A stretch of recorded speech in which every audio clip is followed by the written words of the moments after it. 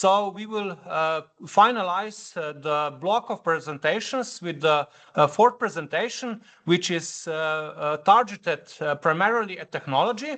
So Mr. Ivan Cindrić from Končar Digital will talk about how honeypots can enhance the cyber resilience of the energy ecosystem. Hello, let me just share my screen. Okay. My name is Ivan, and today I'll be talking to you about cyber resilience strengthening through the use of honeypots. So, in Končar, we've developed a honeypot. The first and the most important question was why? What's the problem that we were trying to solve? So, industrial systems are high value and are vulnerable because of the lack of early warning system, which was a historical issue because of the inertia that for example, power industry has towards any new technology, including cyber security. So what we were trying to solve is a problem of limited visibility into the attacker behavior. So when it comes to honeypots, there are a couple of versions of honeypots that we have. So we can have low realism honeypots, which are easy to maintain and easy to develop, but they're also easy to detect. On the other side of the spectrum, we have high realism honeypots, which are more complex, but are more realistic.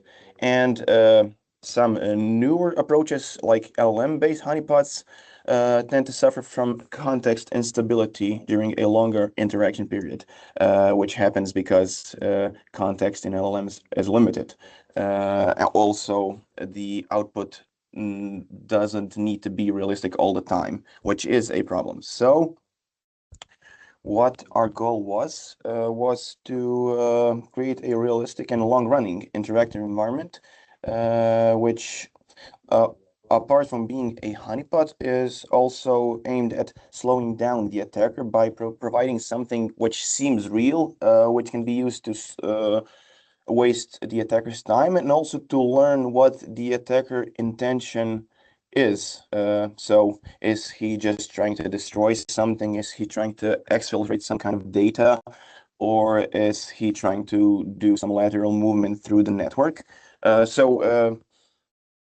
What's the key idea behind it? We're trying to combine both the older static honeypots with newer LLM honeypots, because both of them have their own advantages. How do we do this? So we have a simulated vulnerability module, which can be something appropriate for a target system.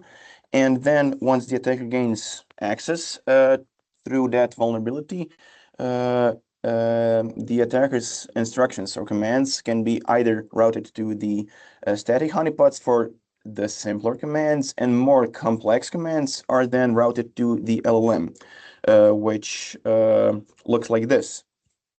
So once the attacker gains access, we can choose whether we want the commands to be static, so simpler commands like creating directories or browsing are done statically, and something more complex like piping or chain commands are done through an LLM. Apart from that, we do have an industrial simulator, which is used to make the honeypot look more realistic on the network by having visible network traffic, which looks similar to the real thing. For example, a SCADA simulator. And LLM module also has an internal state and external state. So we can configure, for example, commands which need to go to the LLM. We can see the command history, and all of this is also being aggregated and reported where it needs to be reported, for example, into a security operations center or anywhere. The data from all of this is formatted and sent to the appropriate endpoint. So as I said, we are splitting commands between static modules and LLM modules. Why? Because we want to reduce latency, which would happen if everything is done through the LLM, and also instability, because LLMs tend to degrade over time.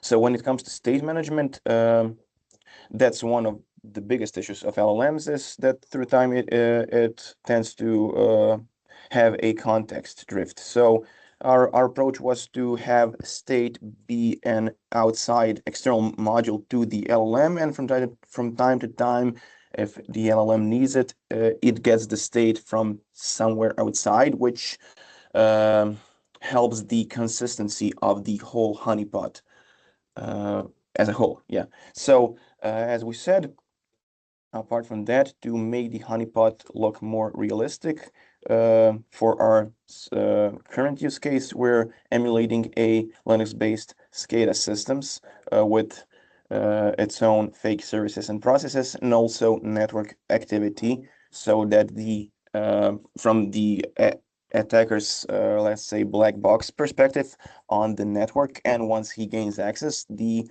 machine looks as real as possible, again, to prolong the interaction the attacker has with the machine.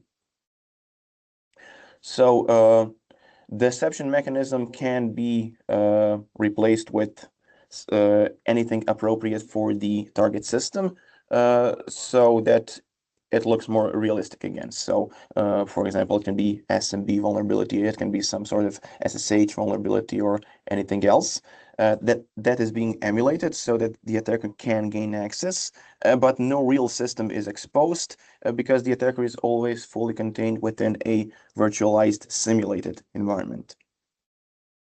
So as I said, interaction flow is the attacker does some sort of scan of the network, he finds the exploit, he exploits the vulnerability, and he gains access. Once inside, he communicates exclusively with our either static or LLM modules, and responses are generated dynamically and sent back to the attacker.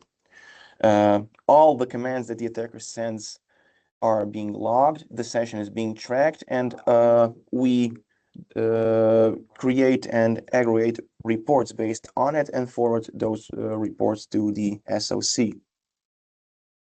So what are some metrics that we can use to determine the effectiveness of this kind of a honeypot? So first of all, command realism. So the most important part is to see whether the command being produced by our honeypot matches something that would be produced on a real system.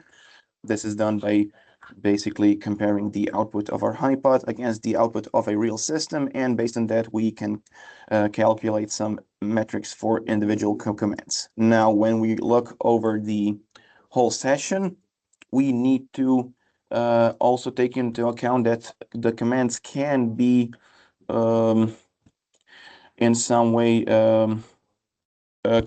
related to one another. So the effect of one command can have effect on the next command. So we have to look at the session consistency again. So if we take, let's say, 10, 20, 100 commands and set them to a real machine, and then send the same commands to our honeypots, we need to see whether the outputs are consistent over a longer period.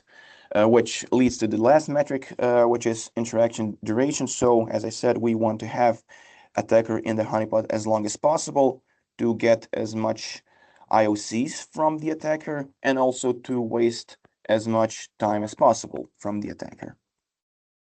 So what would those metrics show if they were good? So that the outputs match the real system, and that the state remains consistent over some period, which also leads to longer attacker engagement.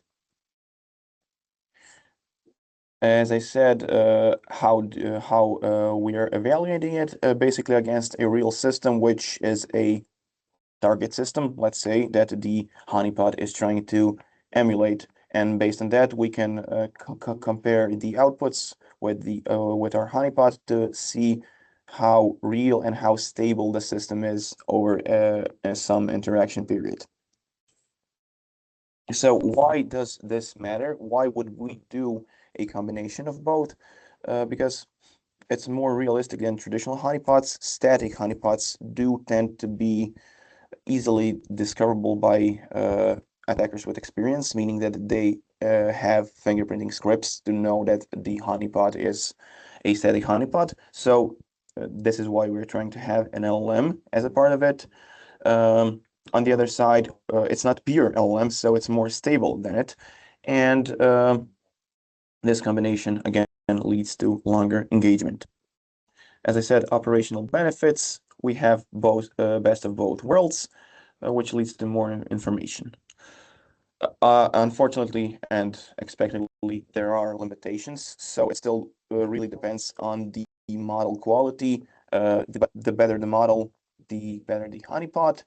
The best models are the biggest ones, which cannot be really run on something that isn't a really expensive server. So we're still looking into what's the best trade-off between the size, cost, and actual usefulness of the honeypot. It does require a lot of tuning to make it appropriate for a specific use case, and every day we see new ways of detecting LLMs and breaking LLMs to actually having LLMs admit that they're an LLM.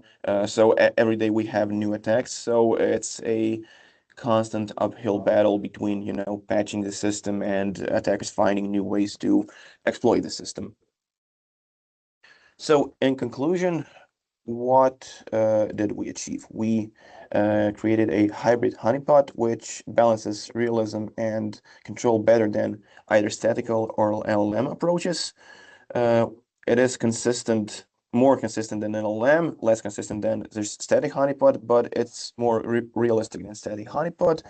And in conclusion, this approach strengthens the cyber resilience through better behavioral insights, because having longer interactions with the attacker gives us a lot more IOCs and insight into what the attacker is actually doing within the network. That's it. Thank you for your time.